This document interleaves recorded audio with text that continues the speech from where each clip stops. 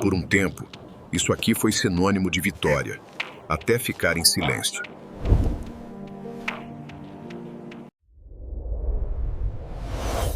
Algumas empresas não faliram, viraram fantasmas. Muito antes de virar apenas um nome esquecido nos registros do sistema financeiro, o Banco Nacional era sinônimo de segurança.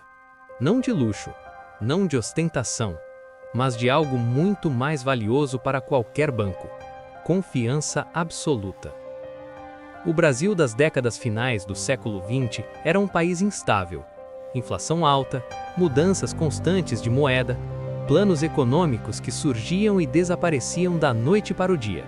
E nesse cenário caótico, escolher um banco não era apenas uma decisão financeira, era uma decisão emocional. Você precisava confiar. E o Banco Nacional entendeu isso antes de muitos concorrentes. Ele não se vendia como o mais moderno, nem como o mais agressivo.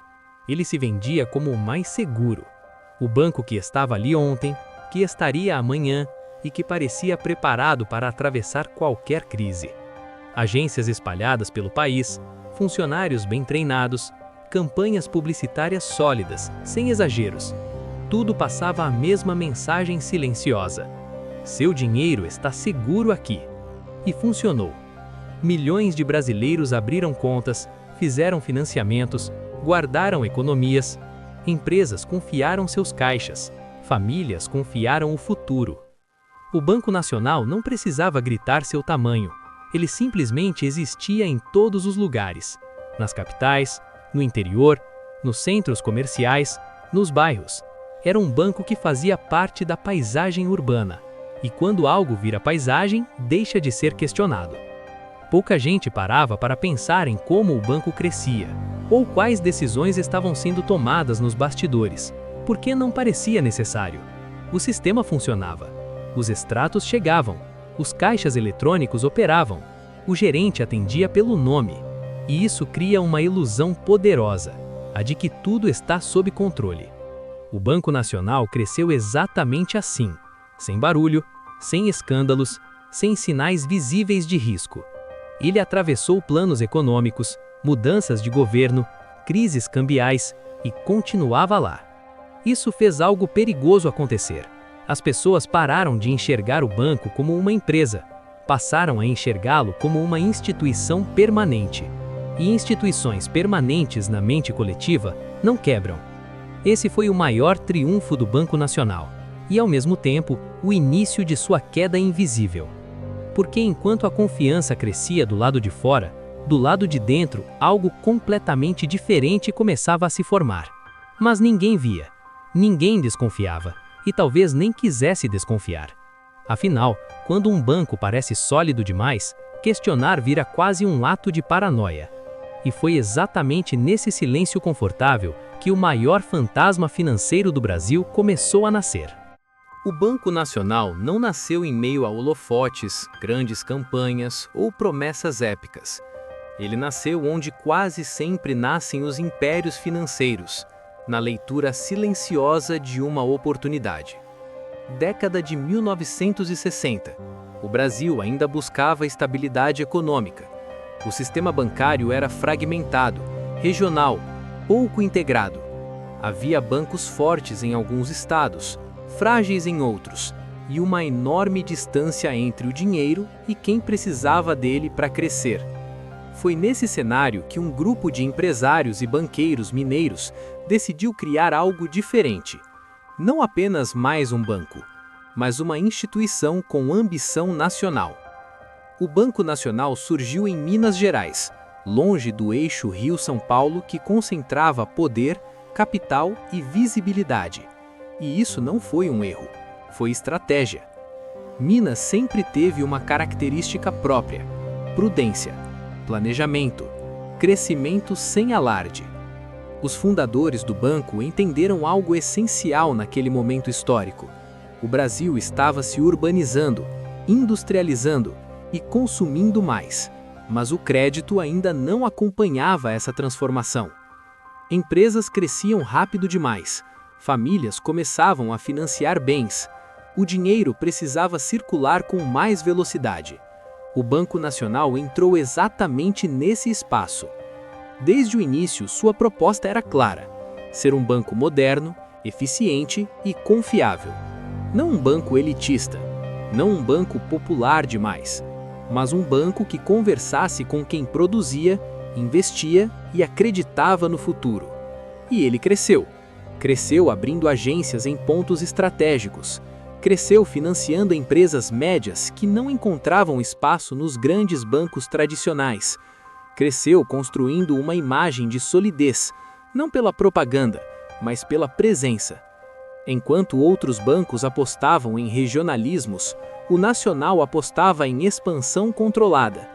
Cada nova agência não era apenas um ponto físico, era uma mensagem silenciosa: estamos ficando grandes. O crescimento foi constante, metódico, quase discreto. Não havia escândalos, não havia promessas exageradas, havia balanços que pareciam saudáveis e uma confiança que se espalhava. Nos anos seguintes, o Banco Nacional começou a fazer algo que poucos bancos brasileiros conseguiam: construir marca. Não apenas como instituição financeira, mas como símbolo de modernidade, sucesso e credibilidade. Era um banco que transmitia a sensação de estar no lugar certo, na hora certa, de entender o Brasil que estava surgindo. E quanto mais o país avançava, com todas as suas crises, planos econômicos e mudanças bruscas, mais o Banco Nacional parecia sólido. Essa percepção foi decisiva, porque no sistema financeiro, confiança vale mais do que dinheiro. E naquele momento, o Banco Nacional parecia ter os dois. O que ninguém percebia, nem clientes, nem o mercado, nem mesmo parte da própria instituição, era que crescer rápido em um sistema instável cobra um preço invisível. Mas isso ainda não era visível. Ainda não. Por enquanto, o Banco Nacional era visto como um caso de sucesso.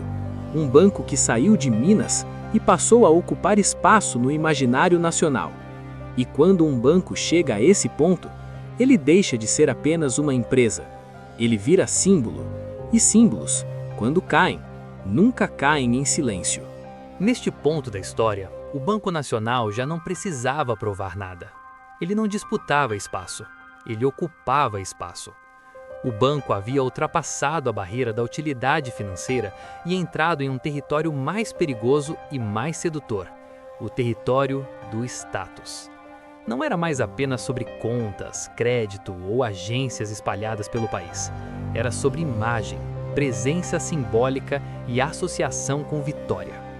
Foi nesse momento que o Banco Nacional passou a aparecer onde o Brasil mais se projetava para o mundo: no esporte. Ao associar sua marca a um dos maiores ícones do automobilismo da época, um piloto reconhecido mundialmente por talento, disciplina e excelência, o banco não estava apenas patrocinando um uniforme, estava comprando significado, velocidade, precisão, vitória, controle sob pressão. Tudo aquilo que o público admirava nas pistas começava a ser transferido de forma silenciosa para a marca do banco. Mas o automobilismo não foi o único território explorado. O Banco Nacional também se aproximou de outras modalidades esportivas populares, especialmente aquelas que moviam multidões no Brasil, como o futebol. Estádios cheios, camisas históricas, torcida apaixonada. A marca estava ali, não como o protagonista do jogo, mas como pano de fundo constante. Essa presença criava uma sensação poderosa. O banco fazia parte do Brasil que dava certo. Enquanto outros ainda brigavam por atenção, o Banco Nacional já havia conquistado algo mais valioso: legitimidade cultural. Ele não era apenas um banco grande, era um banco visível, admirado e respeitado. O auge não veio acompanhado de euforia interna ou anúncios exagerados. Veio com naturalidade, como se aquele lugar fosse inevitável. E talvez esse tenha sido o maior erro. Porque quando uma instituição começa a acreditar que seu lugar no topo é definitivo, ela deixa de perceber que o mundo ao redor continua se movendo. Durante muito tempo, parecia impossível que algo desse tamanho pudesse cair. Para o público, o banco continuava ali. As agências funcionavam, Os anúncios continuavam no ar. A marca seguia associada a sucesso. Mas empresas não começam a ruir quando o público percebe. Elas começam a ruir quando ninguém está olhando. O sistema financeiro brasileiro estava mudando. A inflação corroía números. Planos econômicos se sucediam. A contabilidade virava um campo de guerra silencioso. E foi nesse cenário que o banco começou a operar em um território perigoso, o da aparência de estabilidade. Por fora, tudo parecia normal. Por dentro, o equilíbrio já não era o mesmo. O crescimento acelerado do passado agora cobrava seu preço. Estruturas grandes demais, riscos mal distribuídos, decisões tomadas para sustentar imagem, não solidez. O banco passou a conviver com um problema clássico de gigantes financeiros. Ele precisava parecer forte o tempo todo. E quando uma instituição precisa provar força constantemente, ela deixa de agir com cautela. A confiança do mercado virou obrigação. A confiança do público virou responsabilidade pesada demais. Nesse momento, a gestão deixou de ser apenas financeira. Ela se tornou narrativa. Números passaram a ser ajustados para contar uma história melhor. Relatórios começaram a esconder mais do que revelavam. E a realidade passou a ser empurrada para frente, na esperança de que o futuro resolvesse o presente. Mas o futuro não resolve contas mal fechadas. Ele apenas as torna maiores. Enquanto isso, o Brasil vivia um ambiente econômico instável, onde qualquer erro pequeno virava um problema gigantesco. O banco já não crescia com base sólida. Ele crescia tentando sustentar o que havia construído antes. E há um momento específico em toda a grande história corporativa em que a pergunta muda. Ela deixa de ser como crescer e passa a ser como não cair. Quando uma empresa chega nesse ponto, ela já não está mais no controle da própria narrativa. O público ainda confiava, os clientes ainda acreditavam, mas o sistema interno já operava no limite. A solidez virou ilusão, a estabilidade virou esforço e o silêncio começou a substituir a transparência. Nada explodiu, nada parou de repente, mas as rachaduras já estavam lá. E quando surgem, não importa o quão vitoriosa foi a trajetória antes. O colapso nunca começa com um anúncio, ele começa com decisões tomadas no escuro. E o banco já caminhava, sem saber, para a parte da história onde não há mais aplausos, apenas consequências. O fim do Banco Nacional não começou com portas fechadas, começou com desconfiança. Enquanto o público ainda enxergava solidez, os números já contavam outra história. Por trás das agências movimentadas, existiam rombos escondidos, balanços maquiados e uma realidade que não aparecia nos extratos. O que sustentava o banco não era mais liquidez, era narrativa.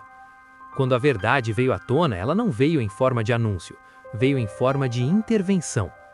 O Banco Central entrou em cena. Auditorias revelaram um esquema de contas fictícias usadas para esconder prejuízos bilionários. Dinheiro que no papel existia, na prática, não. O banco que simbolizava confiança agora representava risco sistêmico. Para os correntistas, o choque foi imediato. Filas se formaram, agências ficaram lotadas de pessoas tentando entender o que estava acontecendo. Não era apenas dinheiro em jogo, era segurança, planejamento, futuro.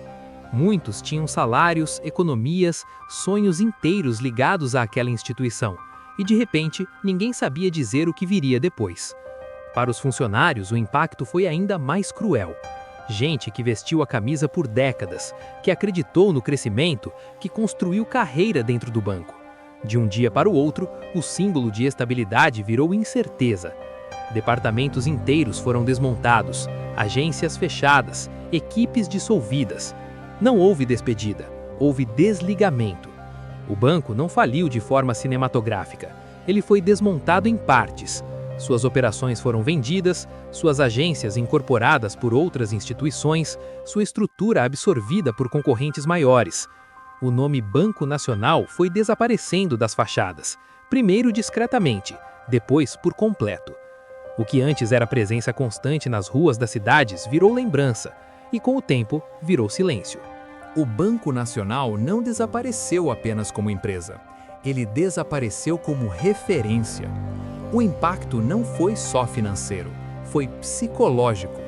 Para uma geração inteira, aquele banco representava sucesso, crescimento, modernidade, vitória.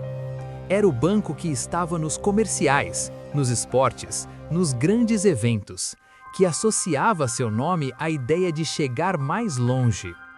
Quando ele caiu, caiu também a ilusão de que tamanho era sinônimo de segurança. As consequências ficaram espalhadas pelo país.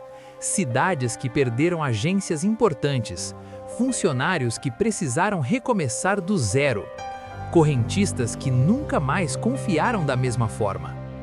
A marca sumiu, mas a memória ficou. E essa memória não é feita de números, é feita de sensações.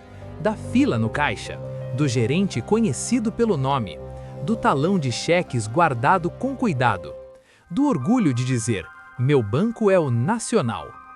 Hoje ele não existe mais como instituição, mas continua existindo como fantasma. Um lembrete silencioso de que grandes impérios não caem apenas por crises externas. Muitos caem por decisões internas mal feitas, escondidas, empurradas para depois. Porque no fim, não é o tamanho que sustenta uma empresa, é a gestão. E quando a gestão falha, nem a marca mais poderosa sobrevive. No Corporate Ghosts, essas histórias não servem apenas para lembrar do passado, servem para mostrar que alguns fantasmas corporativos ainda caminham entre nós. Mudam de nome, mudam de fachada, mas deixam os mesmos rastros. E o Banco Nacional foi um deles. Você conhecia essa história? Talvez não por completo, mas em algum momento você cruzou com ela.